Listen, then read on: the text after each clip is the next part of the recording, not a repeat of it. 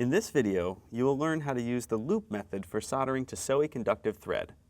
First, fold the end of the thread to create a loop. Insert the loop into a through hole on your PCB.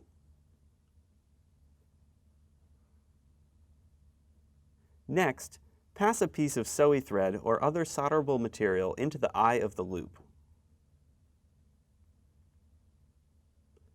Remove the slack from the loop and flow solder using a soldering iron set to 710 degrees Fahrenheit or 376 degrees Celsius.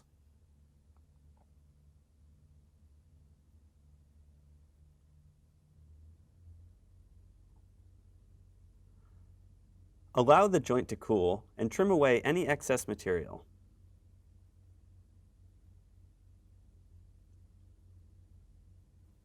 Thanks for watching, and be sure to share your first SewIY project for 10% off your next order.